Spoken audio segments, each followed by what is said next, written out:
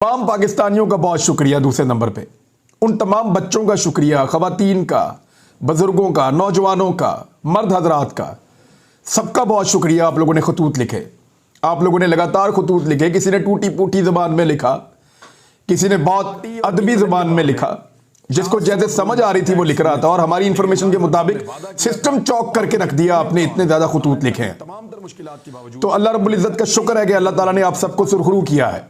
दुआ कीजिए अपनी अदलिया के हक में, दुआ कीजिए कि अल्लाह ताला उन्हें इंसाफ करने की तौफीक अता फरमाए और उनको हिम्मत दे कि वो ताकतवरों के सामने इंसाफ कर सकें। और दुआ कीजिए कि अल्लाह ताला उस रास्ते पे हमें ले जाए जहां पे अरशद शरीफ शहीद का कर्ज हम बतौर कौम उतार सकें।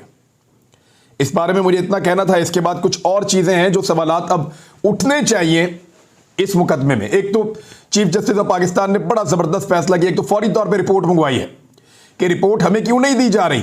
झूठी खबरें तक चलाई गई, रिपोर्ट वहां चली गई, वहां चली गई, अब वहां जा रही है। सुप्रीम कोर्ट ऑफ पाकिस्तान को दे नहीं रहे। तो वहां सवाल उठाया गया कि क्या राणा सनाउल्लाह साहब को जो रिपोर्ट पसंद आएगी वो जमा करवाई जाएगी। जज साहब, सिर्फ हमारे शहीद को जो है वो उसको शहीद नहीं किया गया, उसकी लाश की बेहुरमती भी की गई है। बहुत सारी चीजें इस केस में आपके सामने आएंगी और हम तवक्को करेंगे कि उन चीजों के ऊपर सवालात भी उठाए जाएंगे और इनसे जवाब मांगे जाएंगे। क्योंकि हम सवाल उठाते हैं तो ये हमें मारते हैं, हमें गिरफ्तार करते हैं, हम पे तशद्दुद करते हैं, हमें नंगा करते हैं, हमें हरासा करते हैं और हमें इंसान ही नहीं समझते, कीड़े मकोड़े समझते हैं बाकी सबको। लेकिन आपके पास ताकत है, पूरी कौम आपके पीछे खड़ी है, ये आपका कुछ नहीं बिगाड़ सकते। इंसाफ होगा इंशाल्लाह, हमें पूरी उम्मीद है। जो सवालात बड़े हैं जो उठने चाहिए, तो FIR दोबारा दर्ज की जाएगी। चीफ जस्टिस ऑफ पाकिस्तान ने हुक्म दे दिया है, वो हो रही है। और अरशद भाई की वालिदा की मुद्दत के अंदर FIR दर्ज हो रही है। एक माँ को 45 दिन लग गए अपने बेटे की FIR करवाने में, लेकिन अल्हम्दुलिल्लाह वो FIR हो रही है। दूसरा, जो रिपोर्ट है उसको भी अब जायजा लिया जाएगा। पोस्टमार्टम के ऊपर भी सवालिया निशान खड़े हो गए हैं और अभी बहुत सारे सवालात और उठेंगे। पहला सवाल तो ये उठेगा कि वो कौन था जो ये मुकदमा दर्ज करवा रहा था। लेकिन डेफिनेटली शहबाज शरीफ तो था, क्योंकि शहबाज शरीफ ने और उनकी पार्टी ने इन मुकदमात को ओन किया है। पीपल्स पार्टी ने बड़ी समझदारी से अपने आप को इन मुकदमात से बाहर रखा, लेकिन मुस्लिम लीग नून ने इन मुकदमात को ओन किया है। तो उसका जो पॉलिटिकल पार्टनर था वो तो मुस्लिम लीग नून थी और दूसरी जानिब एस्टेब्लिशमेंट थी। तो वो कौन था जो इन मुकदमात के पीछे था? वो कौन था जो लगातार धमकियां लगा रहा था, गालियां दे रहा था? वो कौन था जिसको अरशद शरीफ गंजा शैतान कहकर बुलाते थे? उसका भी पता करवाया जाए। वो कौन था जो पुलिस और इदारों को कंट्रोल कर रहा था?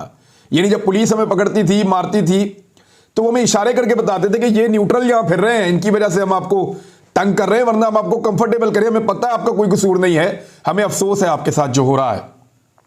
वो कौन था जिसने अचानक ARY को बंद करवा दिया था? वो कौन था जिसने आधी रात को अम्माद यूसुफ को घर से उठाया और फिर उसके ऊपर तशद्दुद किया और फिर सौदेबाजी करके छोड़ा? फिर वो कौन था जिसने साबिर शाकर की तनख्वाह मिलने पर स्लिप्स उठा के ARY की इंतजामिया के सामने रख दी कि जनाब आप इसको अभी भी तनख्वाहें दे रहे हैं, आप क्यों तनख्वाहें दे रहे हैं, किसको इतनी तकलीफ थी?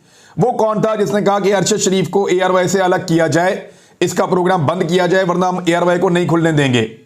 वो कौन था जिसने ARY को मजबूर किया, उसे कंप्रोमाइज करने पे मजबूर किया और उसके बाद काफी दिन बंद रखने के बाद उस चैनल को खोला? वो कौन था जो हमसे लगातार पूछता रहा कि सौदेबाजी कर लो, आ जाओ, जैसे हम कहते हैं वैसे चलो, हमारा साथ दो, हमारे साथ खड़े हो जाओ? वो कौन था जो हकायक छुपाने की बात कर रहा था और सवालों के जवाब नहीं दे रहा था? इन सारी चीजों का जो लिंक है ना, वो जाकर जनरल रिटायर कमर जावेद बाजवा साहब के साथ मिलता है। वैसे बाजवा साहब ने अभी एक व्लॉगर के जरिए से एक वीलॉग में अपनी जानिब से कुछ मालूमात शेयर करने की कोशिश की है, लेकिन उस पर मैं क्या बात करूं। व्लॉगर एक जर्नलिस्ट हैं और उन्होंने खुद फरमाया कि मैं इसकी तस्दीक नहीं कर सकता। जब वो खुद तस्दीक नहीं कर रहे तो फिर उस पर क्या बात करें? उसकी सेहत के ऊपर शक और बगैर तस्दीक के खबर देना भी नहीं चाहिए।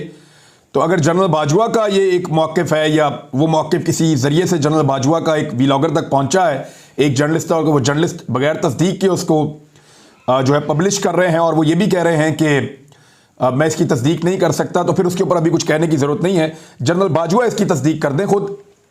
तो फिर उसके बाद उसके ऊपर बात की जा सकती है। जनरल बाजवा ने इंतहाई नेगेटिव पॉलिसी चलाई है पाकिस्तान के अंदर, और ये सब जानते हैं। वो अपने मुंह से कहते रहे मैं सबको गोलियां देता था, इसको भी चक्कर दे दिया, उसको भी दे दिया, उसको भी दे दिया। इमरान खान साहब ने कहा कि वो तो विकेट की 6 तरफ से खेलता था। तो ये जनरल कमर जावेद बाजवा तक वो कौन था, ये वाली कहानी पहुंचेगी। सहाफियों वाला जो खुरा है, अगर इसको ढूंढते रहें इन्वेस्टिगेशन करने वाले और चीफ जस्टिस ऑफ पाकिस्तान इसके पीछे गए, तो ये मामला जनरल कमर जावेद बाजवा तक पहुंचेगा। अब देखना यह है कि उन्होंने इस काम के लिए किस किस को इस्तेमाल किया और वो लोग किस हद तक गए। ये बड़े सवालात हैं इस मामले में। पूरी कौम का बहुत शुक्रिया। जनरल कमर जावेद बाजवा के दौर का जो खात्मा है, उसके बाद हम उम्मीद करते हैं कि दोबारा हमारे साथ वैसा नहीं होगा। लेकिन 8 महीने तक जो जुल्म और सितम किया गया है सहाफियों पर, पॉलिटिकल एक्टिविस्ट जो हैं उनके ऊपर, पॉलिटिकल पार्टीज के ऊपर, जो हमने यहां पे इन 8 महीनों में देखा, इतना गुस्सा और इतना गजब हमने परवेज मुशर्रफ के दौर में भी नहीं देखा। बहरहाल एक और खबर है, वो मैं आपके सामने रख देता हूं कि शहबाज शरीफ साहब वो वजीर आजम हैं कि बदकिस्मती से उनका पुतला आज़ाद कश्मीर में जलाया गया। ये बहुत बदकिस्मती है, ये नहीं होना चाहिए था। लेकिन ये हुआ कैसे? शहबाज शरीफ साहब कश्मीर की बात ही नहीं करते। शहबाज शरीफ साहब कश्मीर के ऊपर कोई मौक़िफ़ उठाते ही नहीं, और इसकी वजह से खासी तकलीफ है कश्मीर की आवाम को भी और वहां के वजीर आजम को भी। कल वो अपना ये शिकवा करना चाहते थे, लेकिन बड़े रूड अंदाज में उनको शटअप कॉल दी गई और उनके साथ तकरार हुई वहां पे। उस तकरार के नतीजे में थोड़ी सी बदमज़गी पैदा हुई, और उसके बाद शहबाज शरीफ साहब का क्योंकि तरीका वारदात ये है, वो बदला लेते हैं, और उन्होंने बदला ले लिया। उन्होंने बदला कैसे लिया? पहले तो मंगला में वजीर आजम को, उनकी गाड़ी को उनको रोका गया, उनको परेशान किया गया, और उसके बाद उनको नुकसान पहुंचाने के लिए इस्लामाबाद में जो उनका एक प्लाजा है सेंटोरस, जो उनका एक बिजनेस है, उसको सील कर दिया गया। यानी चंद घंटे पहले शहबाज शरीफ की तकरार होती है एक शख्स से, वजीर आजम से आज़ाद कश्मीर के, और चंद घंटे बाद वजीर आजम आज़ाद कश्मीर का जो है वो बंद कर दिया जाता है, बिजनेस इस्लामाबाद में। अब वो लोग निकल के सड़कों पर एहतजाज कर रहे हैं। यानी ये मुल्क आपकी ज़ाती ख्वाहिशात और आपकी ज़ाती अना के मुताबिक चलेगा। कोई आदमी अगर आपसे इख्तलाफ रखता है तो वो कारोबार भी नहीं कर सकता, वो नौकरी भी नहीं कर सकता, वो अपनी ज़िंदगी भी नहीं गुजार सकता। आप ज़िंदगी को तंग कर देते हैं। ऊपर से शहबाज शरीफ साहब कह रहे हैं कि उन्होंने सहाफ़त के लिए बहुत कुछ किया है।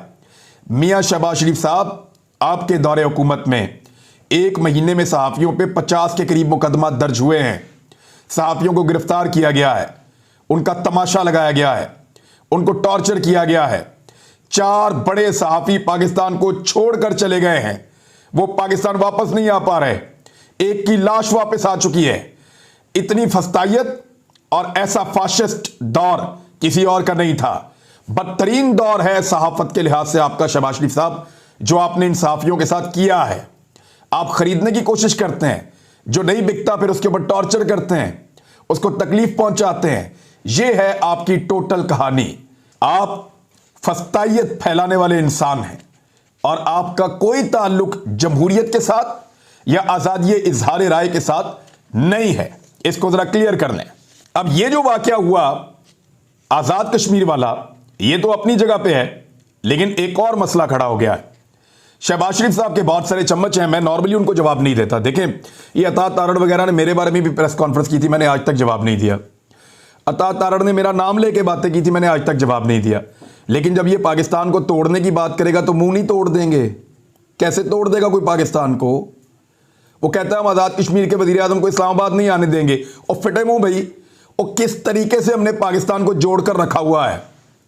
पाकिस्तान के अंदर नफरतें बढ़ रही हैं तुम लोगों की इन हरकतों की वजह से। मैं उसको आने नहीं दूंगा, मैं उसको जाने नहीं दूंगा, वो मेरे इलाके में नहीं आ सकता। ये उसके क्यों, पूरा पाकिस्तान है, और पाकिस्तान के पासपोर्ट पे वो पूरी दुनिया के अंदर ट्रेवल करते हैं। क्या चाहते हो तुम लोग? क्या चाहते हो?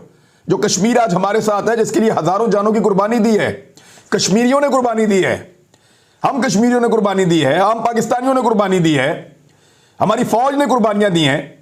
उस कश्मीर के वजीर आजम को तुम इस्लामाबाद नहीं आने दोगे? तुम्हें सिर्फ इजाजत चाहिए कि उनको इस्लामाबाद आने से रोकें। क्या पिद्दी और क्या पिद्दी का शोरबा, रोक के दिखाओ वजीर आजम आजाद कश्मीर को इस्लामाबाद आने से। इस तरह की बात अगर वो कहें तो इसका क्या मतलब होगा? Very unfortunate. पाकिस्तान को टुकड़े करने की, पाकिस्तान को तकसीम करने की भौंडी और गलीज हरकत है ये। इस आदमी को मैंने कभी जवाब नहीं दिया, लेकिन यहां मैं इसको इसलिए जवाब दे रहा हूं कि अपनी औकात के अंदर रहो। एक आदमी की वफादारी में मुल्क तोड़ने की बातें मत करो। यह आपकी पॉलिसी थी जब आपने 2 मरतबा खैबर पख्तूनख्वा और पंजाब के दरमियान में एक लकीर लगा दी कि इससे आगे पंजाब है, हम यहां नहीं आने देंगे केपी वाले भाइयों को। क्या करते हैं वो? अभी आए थे ना सारे, रावलपिंडी में आए, जलसा किया, वापस चले गए। किसी को एक डंडा भी नहीं पड़ा, आंसू गैस का एक शेल भी फायर नहीं हुआ। क्यों अपनी टेरिटरी अलग कर लेते हो? ये एक मुल्क के अंदर इतने सारे मुल्क क्यों बनाते हो? पाकिस्तान हम सबका है, सबको हक है कि वो कहीं भी जाए, सबको हक है। जाओ, जाकर घूमो पाकिस्तान के अंदर, जाओ सिंध में जाओ, बलूचिस्तान में जाओ, गिलगित बल्तिस्तान में जाओ, कश्मीर में जाओ, देखो लोग पाकिस्तान से कितना प्यार करते हैं, आपको कैसे वेलकम कहते हैं। और आप कह रहे हैं कि आप उनके वजीर आजम को नहीं आने देंगे। शर्म आनी चाहिए, बहुत अनफॉर्चुनेट है। तो नाज़रीन, अच्छी और खुशी की बात यह है कि चीफ जस्टिस ऑफ पाकिस्तान ने इसका नोटिस लिया अरशद शरीफ शहीद वाले भाई वाले मामले का। और मुझे पता नहीं क्यों मेरा दिल कह रहा है कि इस मामले में बहुत सारी चीज़ें पाकिस्तान में तय हो जाएंगी और अरशद शरीफ शहीद का खून रायगा नहीं जाएगा। ये नहीं हो सकता कि हर मरतबा आप जुल्म करें और हर मरतबा खामोशी रहे। इस मरतबा एक बेहतरीन आदमी का कत्ल हुआ है, इस मरतबा सहाफ़त के एक बड़े नाम को मारा गया है, इस मरतबा एक ऐसे आदमी को शहीद किया गया है जिसका ओढ़ना बिछोना सहाफ़त था। वो इबादत समझ के अपना काम कर रहा था ईमानदारी के साथ। ऐसे शख्स का कत्ल कभी भी रायगा नहीं जाएगा, उसका खून ज़ाया नहीं होगा, मुझे उम्मीद है। और हमें इसके लिए अभी बहुत काम करना है। मेरी पाकिस्तानियों से गुजारिश है कि तगड़े रहना है आपने। अभी ये स्टेप 1 था, पता नहीं कितने और मरहले तय करने पड़ेंगे इंसाफ हासिल करते करते।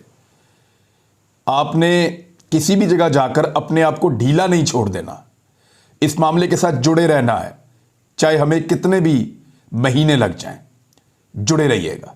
अब तक के लिए इतना ही, अपना ख्याल रखिएगा।